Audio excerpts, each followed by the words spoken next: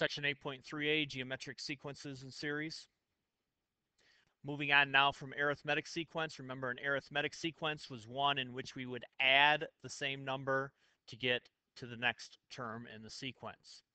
A geometric sequence is one in which the ratios of consecutive terms are the same, which essentially means that we can get each of the next terms in the sequence by multiplying the previous term by the same constant, called the common ratio.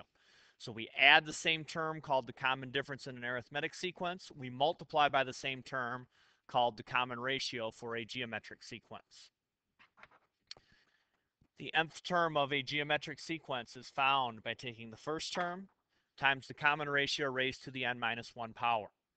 Now, the relationship that was true in an arithmetic sequence is also true in a geometric sequence. When I'm looking at this formula, I do not necessarily have to know the first term. Let's say that I know the 12th term and I know the 5th term. If that's the case, then I can make that adjustment in our formula. Instead of n minus 1, this would be 12 minus 5. So the exponent in this case are the two term numbers subtracted from one another.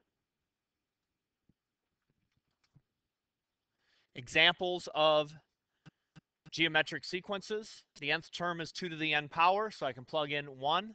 First term is 2, plug in 2. 2 squared is 4, 2 cubed is 8, 2 to the 4th is 16, and so on. Multiplying by 2 each time, common ratio is 2. There is our geometric sequence. Next one, negative 1/3 to the n power. Common ratio is negative 1/3. Negative 1/3 to the first power is negative 1/3. Multiply by negative 1/3 again, we get 1/9. Negative 1/3 again, we get negative 1/27. Negative 1/3 again, we get 1/81, and so on. Write the first 5 terms of the sequence, whose first term is 3, and the common ratio is 2. First term is 3. Common ratio, we're multiplying by 2 each time. 3, 6, 12, 24, 48. There's the first 5 terms. Find the 15th term of the geometric sequence, whose first term is 20, and whose common ratio is 1.05. So let's go right to our formula. A of n equals a of 1 times r to the n minus 1. In this case, we're looking for the 15th term. We know the first term is 20. We know the common ratio is 1.05. And now we need to raise this to the 15 minus 1 power.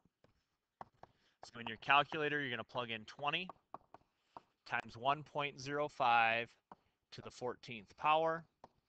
We get that 15th term to be about 39.599.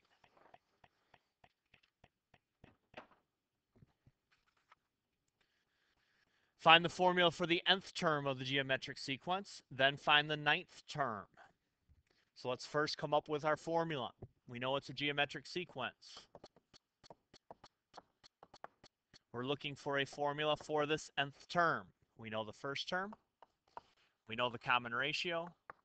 There's our formula to find any term we want to find.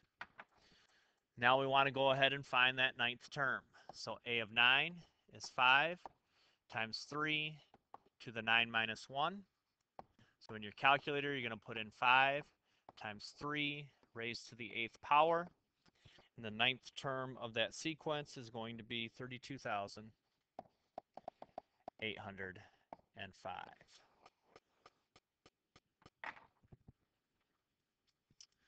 Last one. The 4th term of the geometric sequence is 125. The 10th term is 125 over 64. Find the 14th term, assuming all terms are positive. And you'll see why that's an important statement here in a second. In this case, we know that the 4th term is 125. We know that the 10th term is 125 over 64. We do not know the common ratio here. We can still go to our formula though. Nth term is the first term times r to the n minus 1. Highest numbered term always goes in for a of n. So this is 125 over 64 equals 125 times r, and now we have to adjust that exponent to reflect the term numbers that we have plugged in. It was the 10th term and the 4th term, so this is 10 minus 4 power. Begin solving this equation for r. Divide by 125. And now we need to take the 6th root of both sides to finish solving for r. Normally, if we did this, we would have to consider the positive and negative solution since this is a positive, or I'm sorry, an even exponent. But because they told us all terms are positive, we know our common ratio has to be positive. So when we plug in the 6th root here, we get r has to be 1/2. We're looking to find the 14th term, so we need to go back to our original formula. We're looking for term 14. We don't know the first term, but we don't need to know it. Go right back over here. We know that that 4th term is 125. We know the common ratio now is 1/2. And our exponent needs to reflect what we plugged in, the 14th term and the 4th term. So this is going to be to the 14 minus 4 power. So in your calculator, 125 times 1/2 to the 10th power. We see that that 14th term is 125 over 1024.